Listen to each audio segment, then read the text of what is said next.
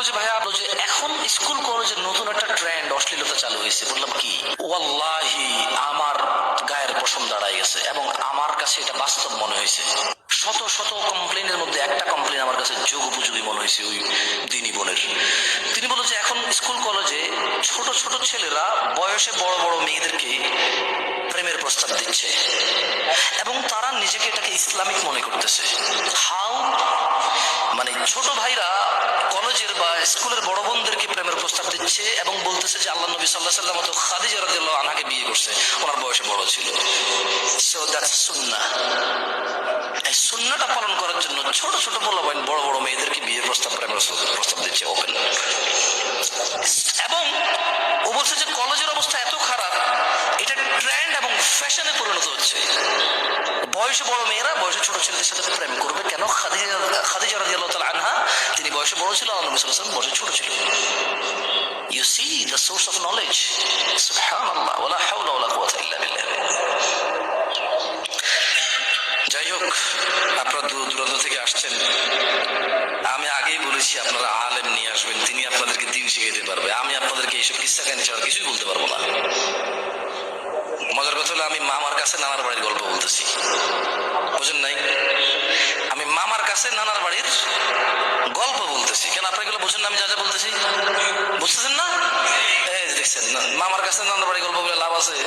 যে জিনিসটা বলে লাভ দেয় আমি ওটাই করতেছি। আল্লাহ আমার বুঝদান করুক, আমিন।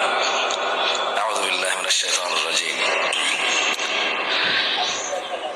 দিনী ভাইরা, আল্লাহ সুবহানাহু ওয়া তাআলা সরাসরি তিনি কোথাও বলেননি জিনা করিও না বা জিনা করবা না।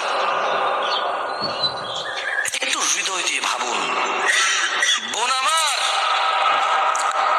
ভাই আমার, তুমি দ্বীন ইসলামে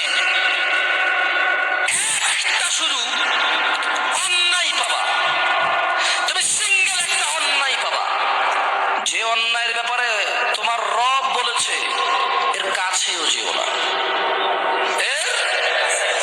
আর তুমি এমন অন্যায় পাবা না।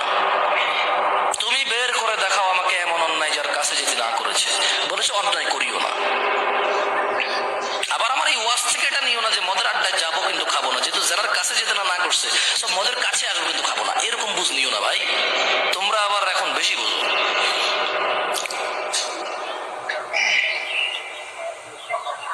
মুহাম্মদ সাল্লাল্লাহু আলাইহি ওয়াসাল্লাম ওনার উম্মতদেরকে যিনি হুঁশিয়ার করে গেছেন একটা অন্যায়ের ব্যাপারে, আল্লাহ সুবহানাহু ওয়া তাআলা ওনার বান্দাদেরকে ভালোবেসে তাদেরকে যাতে তিনি জান্নাতুল ফেরদাউস দিতে পারে সেজন্য তিনি একটা অন্যায় থেকে শুধু নিষেধ করেছেন এরকম না, কিন্তু তিনি ওই অন্যায়ের ধারে কাছে ঘেঁষতেও না করেছেন। ওই অন্যায়